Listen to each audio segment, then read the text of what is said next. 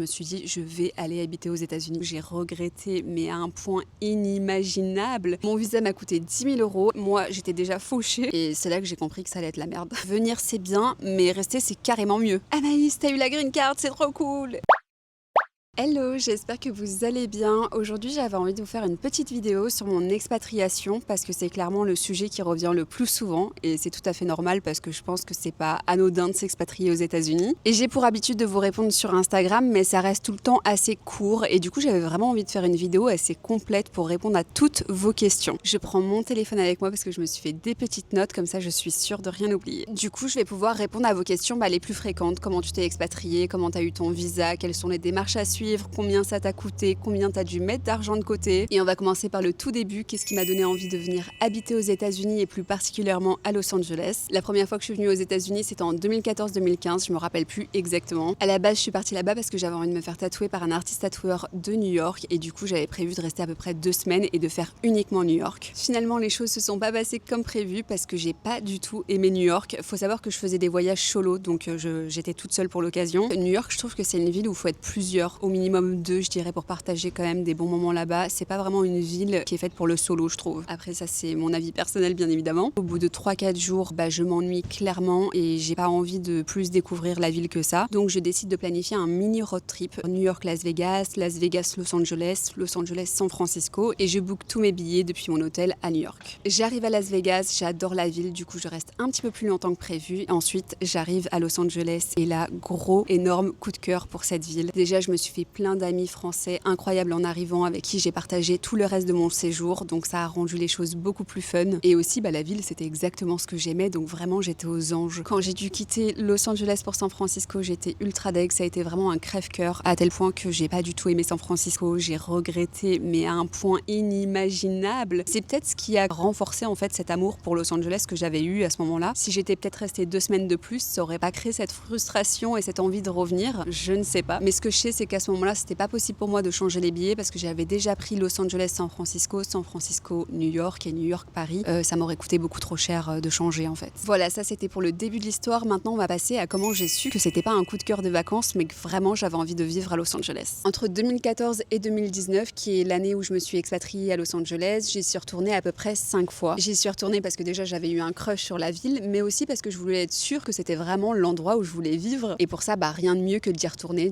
et de créer une espèce de routine sur place parce que bien évidemment quand vous venez vivre ici, c'est pas la vie de vacances, c'est la vie, la routine. Et c'est vraiment la 5e fois que je me suis décidée, j'ai eu un déclic, je suis rentrée, je me suis dit je vais aller habiter aux États-Unis. Mais ça me semblait tellement impossible, tellement loin, c'était comme un rêve en fait. Petit aparté, j'ai mon papa qui s'est expatrié pendant 20 ans au Koweït, donc depuis petite je suis habituée à faire des 10 heures d'avion, etc. pour aller voir mon père à l'étranger. Du coup j'avais quand même cette capacité d'adaptation et ensuite j'avais l'habitude de prendre l'avion, j'avais l'habitude des relations à distance parentale. Ça fait que je partais pas de rien, je connaissais déjà ce qu'était l'expatriation, je connaissais déjà les bons côtés, les mauvais côtés, donc ça m'a quand même vachement aidée. Un petit peu après avoir pris ma décision, j'ai fait des recherches évidemment sur internet, on y trouve de tout et n'importe quoi, et j'ai décidé de prendre un rendez-vous avec une avocate spécialisée en immigration US, et c'est elle qui m'a donné toutes les informations dont j'avais besoin par rapport à ma situation. Pour ceux qui le savent pas, je suis tatoueuse spécialisée en ornemental, et du coup j'étais déjà assez connue en France quand je me suis expatriée aux États-Unis, et donc j'ai pu postuler pour un visa O1, un visa artiste, qui est fait pour les artistes bien évidemment, pour les personnalités publiques, pour les gens qui ont de la reconnaissance dans leur métier, et donc ça collait parfaitement avec ma situation. Mon avocate était spécialisée en visa O1, donc elle faisait aucun autre visa. Moi à la base j'étais partie sur un visa travail, mais ça correspondait beaucoup moins à ma situation, et en plus c'était moins prestigieux qu'un visa artiste qui débouche sur une green card. Pendant notre call avec cette avocate spécialisée en immigration, elle a pu m'expliquer tout le process, et c'est là que j'ai compris que ça allait être la merde.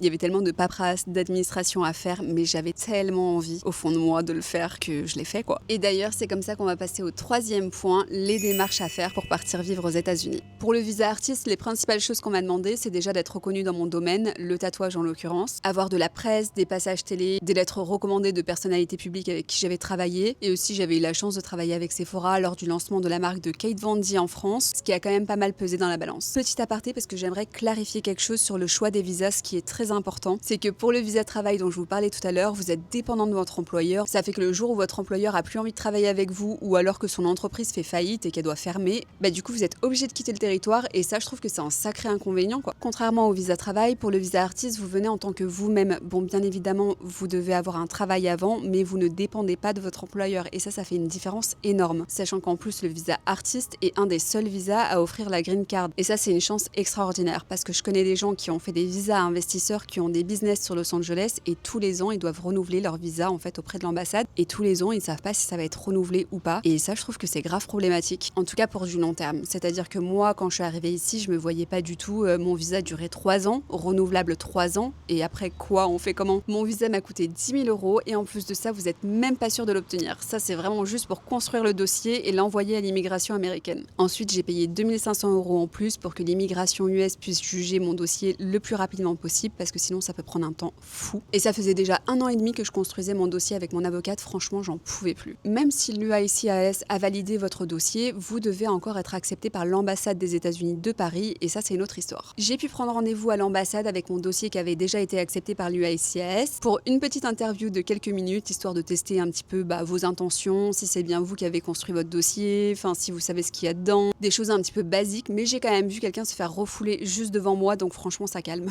Et pour le coup, vous avez la réponse tout de suite. Il vous dit oui ou non devant tout le monde. En plus, il parle bien fort. C'est pour ça que la personne qui s'est fait recaler juste avant, on était tous au courant en fait. Donc c'était ultra gênant. Et c'est le moment de passer au 4e point qui est mes premiers moments ici aux États-Unis. Comment j'ai fait pour retrouver un appartement, mon boulot, etc. Pour commencer, on peut pas venir aux États-Unis en espérant trouver un travail. C'est pendant le visa. On doit déjà avoir soit un employeur, soit une entreprise qui accepte de nous prendre. Donc j'avais déjà trouvé un tattoo shop qui s'était engagé et qui avait accepté de me prendre à Los Angeles. Le truc, c'est que j'avais un petit peu une date à laquelle je devais arriver et je l'avais pas respecté parce que du coup mon avocate avait été beaucoup plus longue que prévu. Le dossier a mis 1 an et demi à être construit au lieu de 8 mois, donc j'étais quand même en retard de beaucoup. Ça fait que j'ai dû partir dans le rush, c'était pas du tout le départ que j'avais espéré à la base. Pour ce qui est des économies, écoutez, une fois que j'ai payé le visa 10 000 $, l'express USCIS 2500, puis les billets d'avion et les Airbnb, en vrai il me restait plus grand chose en fait. Je pense qu'il devait me rester quelque chose comme 500 $, sauf qu'en fait les Airbnb que j'avais pris vu que c'était last minute, je les ai payés super cher comparé à d'habitude et surtout c'était pas illimité donc fallait que je trouve un appartement assez rapidement. Une fois que j'ai trouvé l'appartement, fallait payer la caution plus le premier mois de loyer. Moi j'étais déjà fauchée, du coup on a dû demander à nos parents un petit peu d'argent le temps de se refaire, mais heureusement j'avais quand même une grosse clientèle tatou à Los Angeles, du coup j'ai pu me refaire en quelques mois. Mais on a quand même passé quelques mois sans meubles à manger par terre, mais avec un petit peu de recul j'en garde quand même des bons souvenirs. On va passer au dernier point qui est l'obtention de ma green card parce que venir c'est bien mais rester c'est carrément mieux. Comme je le disais tout à l'heure, mon visa durait 3 ans, renouvelable 3 ans et après il me semble que c'était plus renouvelable ou je sais plus trop. Mais je savais que j'avais cette option de demander la green card au bout des 2 premières années. Ce que j'ai fait, c'est que j'ai préféré directement me remettre dans la paperasse parce que je savais que si je commençais à profiter, après j'aurais plus du tout envie de me prendre la tête avec ça. Et en vrai, avec un petit peu de recul, c'était pas si compliqué que ça comparé au visa O1 qui était vraiment difficile. Je reprends, au bout de 2 ans, j'appelle mon avocate, je lui dis ça y est, let's go,